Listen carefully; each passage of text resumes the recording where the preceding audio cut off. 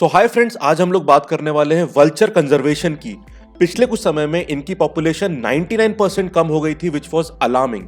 और ये बहुत इंपॉर्टेंट पार्ट है हमारी फूड चेन का। दे आर स्कैवेंजर्स, वो हमारी फूड चेन पूरा करते हैं, और अगर वो नहीं तो हम भी नहीं। पर फिर सरकार ने काफी कदम लिए इनकी पॉपुलेशन को इंप्रूव करने के लिए, जिसमें काफी कंजर्वेशन फील्ड के लोगों ने भी काफी बढ़िया कंट्रीब्यूशन दिया है। उन्हीं में से एक मिस्टर दिलशेर खान जी हमसे मिले और एक बढ़िया इंटरव्यू उन्होंने हमें दिया, काफी इन्फॉर्मेशन से भरा हुआ। आइए वो इंटरव्यू देखते हैं। सो हेलो फ्रेंड्स, हम लोग चिड़ीखो घूमने आए थे जो नरसिंहपुर डिस्ट्रिक्ट में है, और हमारी मुलाकात यहाँ पे एक बहुत इंपॉर्टेंट पर्सन से हुई है। उनका नाम है मिस्टर दिलशेर खान जी, जो कि आप देख सकते हैं सर को। पहले मैं थोड़ा इंट्रोडक्शन दे दूँ इनका। इन्होंने वल्चर कंजर्वेशन में लगभग 24 ईयर्स काम किया है, और भोपाल में जो वल्चर कंजर्वेशन कमेटी उसके भी मेंबर हैं, और कई जगह ट्रेनिंग देते हैं। अभी भी ट्रेनिंग देके ही वापस आ रहे थे तो हमारी मुलाकात हो गई। तो मैंने कहा सर से एक इंटरव्यू लें और वल्चर की इंपॉर्टेंस और जो काम सर कर रहे हैं उनके बारे में जानें। तो सर, सबसे पहले तो थैंक यू कि आप हमारे चैनल पे हैं। तो मैं थोड़ा चाहूँगा कि आप अपने प्रोजेक्ट जो भी चल रहे हैं उनके बारे में बताएं। जी, जैसा कि इन्होंने बताया, मैं वल्चर पे काम कर रहा हूँ। टाइगर के बारे में तो सब जानते हैं, जितना महत्व टाइगर का है उतना वल्चर का भी। वल्चर के बारे में बहुत कम लोग जानते थे। 1996 से वल्चर कम होना शुरू हुए, लेकिन 2000 तक यही नहीं पता चला कि वल्चर कैसे मर रहे हैं। फिर बर्ड वाचिंग करते करते ये नज़र पड़ी कि वल्चर कम हो रहे हैं, तो मैंने लोगों से संपर्क किया, पता लगाया, इसके लिए बुक मंगाई लंदन से। तब जाके पता चला कि अपने देश में 9 तरह के वल्चर पाए जाते हैं। मध्य प्रदेश में 4 तरह के प्रजनन करते हैं। 5 तरह के वल्चर वहाँ से माइग्रेट होके आते हैं, जो सर्दियों में आके फिर वापस लौट जाते हैं। सबसे ज़रूरी था कि इनकी मौत का कारण जानना।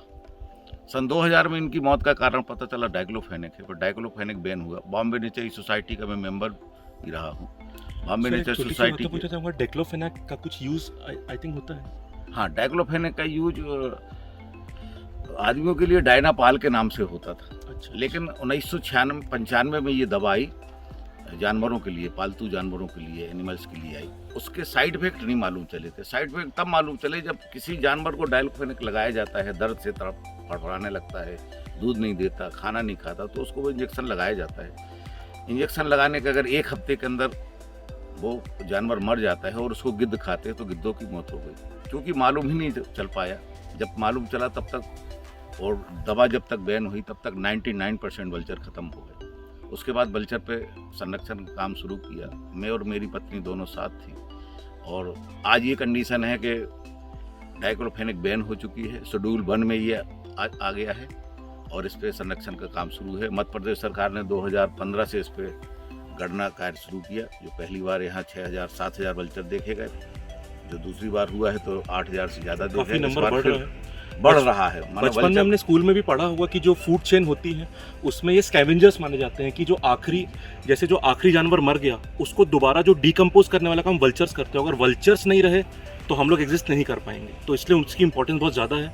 और डाइक्लोफेनेक जो आपने बताया वो बैन कर दिया गया, तो पहले तो वो बड़ा इंटरेस्टिंग फिनोमेना था, किसी को पता ही नहीं था, और फिर बहुत ज़्यादा 90-95% शायद पॉपुलेशन कम हो गई थी। 99%। तो ऐसे में सर, जैसे 99% यस, उतनी पॉपुलेशन कम हो गई। जस्ट इमेजिन करिए, एक इतनी इंपॉर्टेंट स्पीशीज़ की पॉपुलेशन 99% कम हो गई।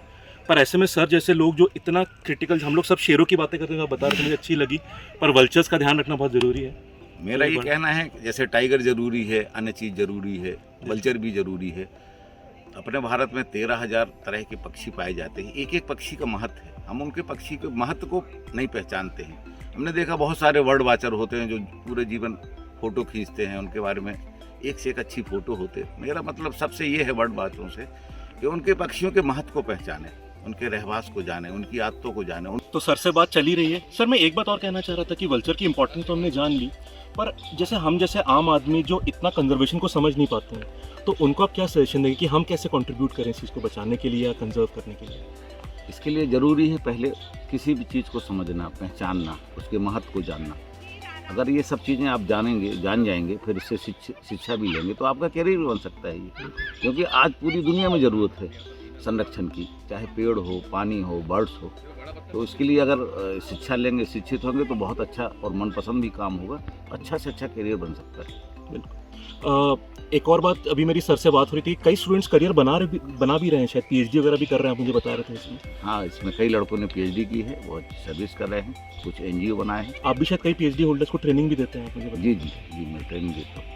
बहुत सारे लड़के और लड़कियां हैं इसमें जो PhD कुछ कर चुकी हैं, कुछ ने अभी कर रहे हैं। एक बात मैं और पूछना चाहूँगा कि आपने तो इतने टाइम कंजर्वेशन में काम किया है तो बहुत पेशेंस चाहिए होता होगा। कोई इंटरेस्टिंग इंसिडेंट आपको याद हो वाइल्ड लाइफ में जो आपके साथ घटा हो, क्योंकि आप काफ़ी टाइम बिताते हैं वाइल्ड लाइफ में, जंगलों में। सबसे अच्छी चीज़ तो है कि मेरा मनपसंद काम है। अच्छा, मनपसंद काम करने में जो मज़ा आता है उसको ये बयान पर नहीं किया बहुत जा आई थिंक हर जगह ये बात मानी जा सकती है कि सर मुझे बता भी रहे थे कि काम वही करिए जिसमें मज़े से हम लोग वीडियो बनाते हैं। सर इस फील्ड में काम कर रहे हैं। जी सर। तो जी मेरे को ये लगता है जब भी कोई बदलाव दिखता है तो वो बदलाव क्यों हुआ।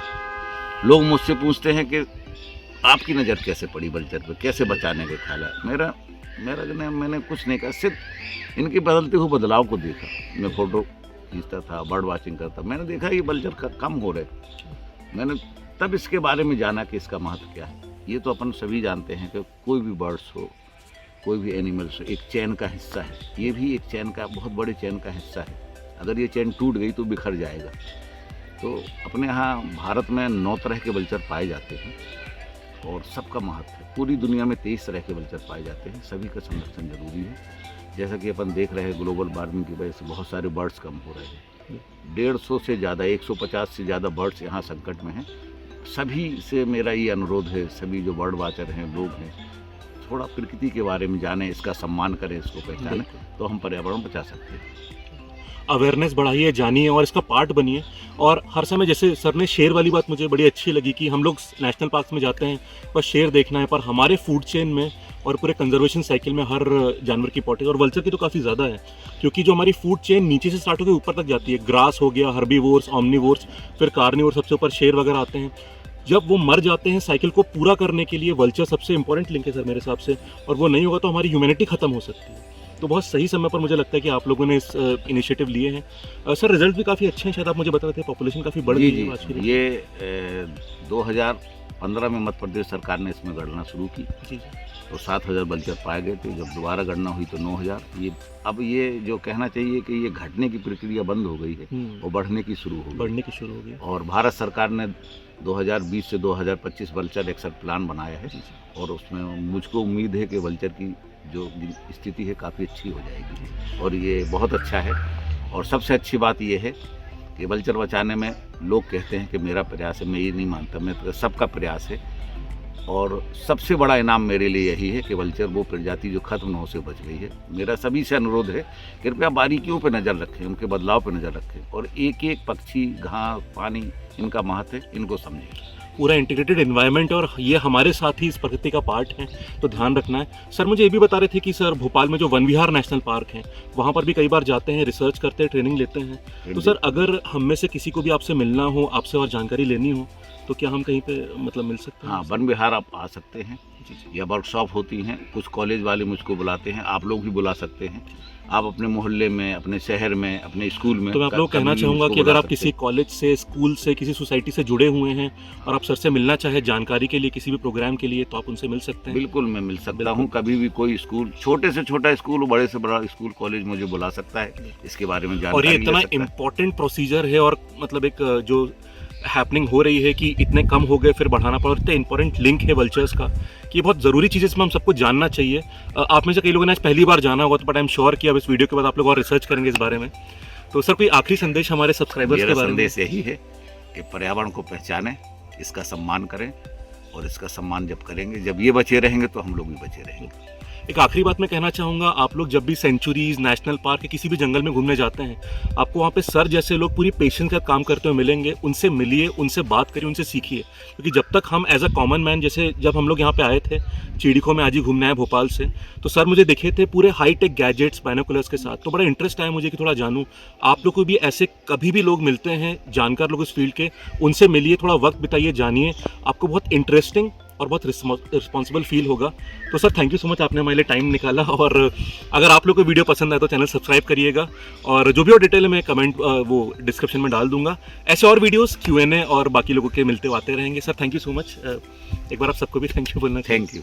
चलिए।